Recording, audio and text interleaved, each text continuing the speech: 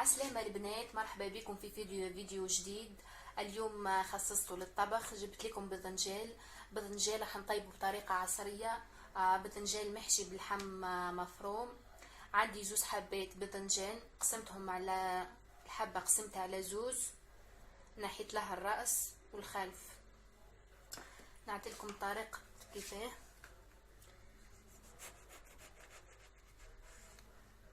نقطعهم بهذه الطريقة بلا ما نوصل لتحت خلاص.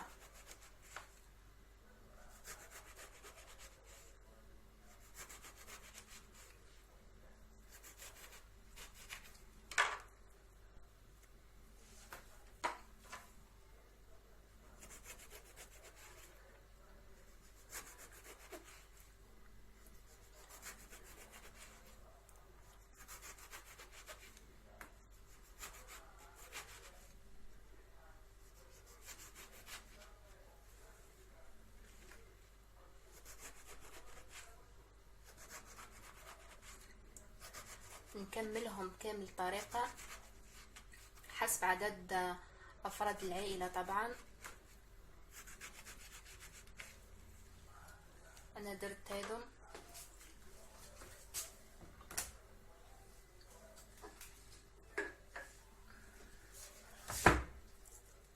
نحلهم ندير ليهم شوي ملح باش كيطيبوا ما يجوش صامتين.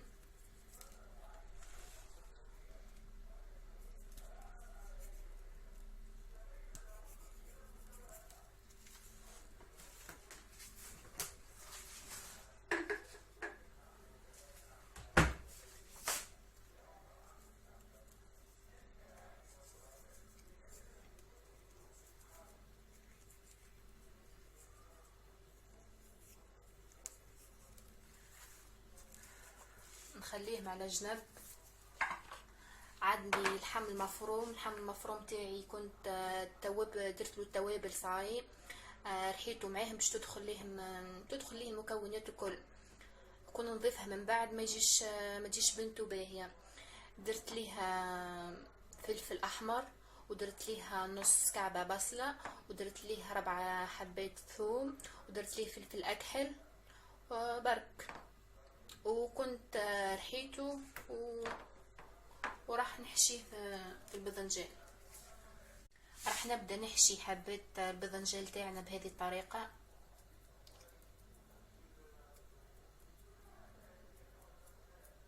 نضغط عليه جيدا باش ما يخرجش الحشو من بعد كي يطيب.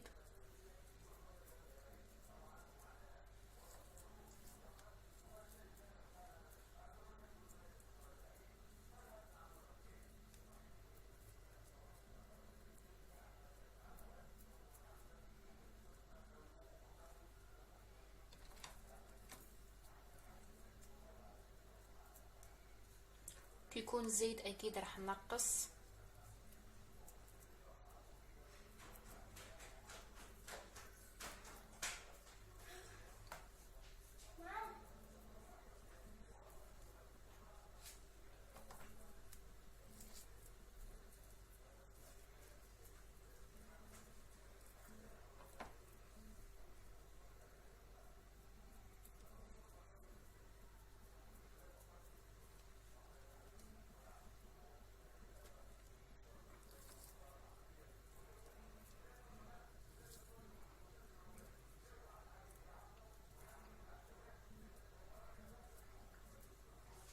كما قلت لك من قبل، باذنجان محشي بطريقة عصرية وطبق لذيذ جدا. جربوه ورجعوا لي الخبر.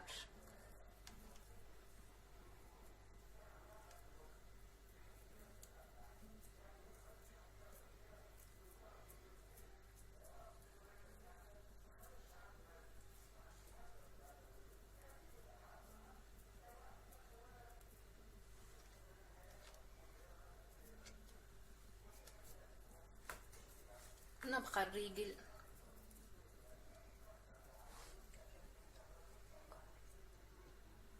وهذا هو الشكل.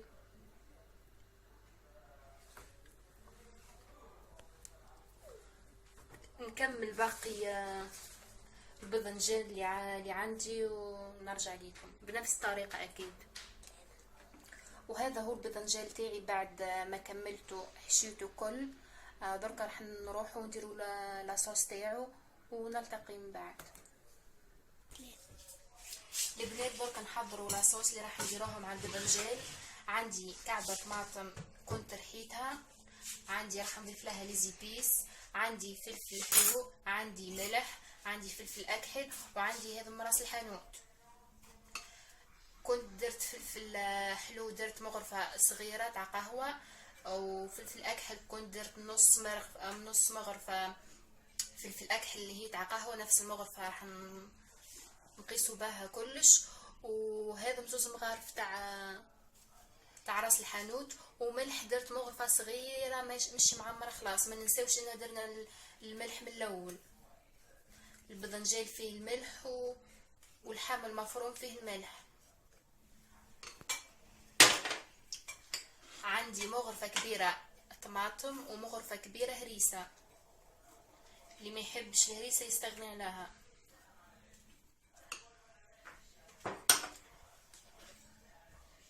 وعندنا فلفل حار، اللي ما يحبش كيف يستغني عليه. نحنا في الدار كلنا نحبوا الحار، على بيه نطيبوا به ياسر. نخلط المكونات هذه مع بعض، نضيف لها فنجان زيت.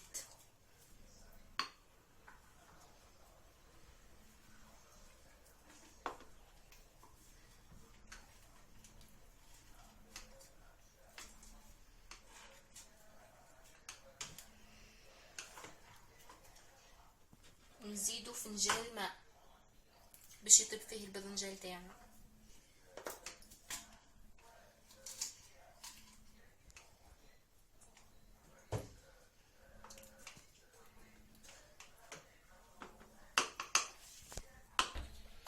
بعد ما كملنا خلطنا المكونات كل تاع لاصوص، نصبها في الطبق. لاصوص هذه اللي راح يطيب عليها الباذنجان وينشف ويجي بنين على الاخر. نصب فوق منه باش ما يجيش باذنجان ناشف.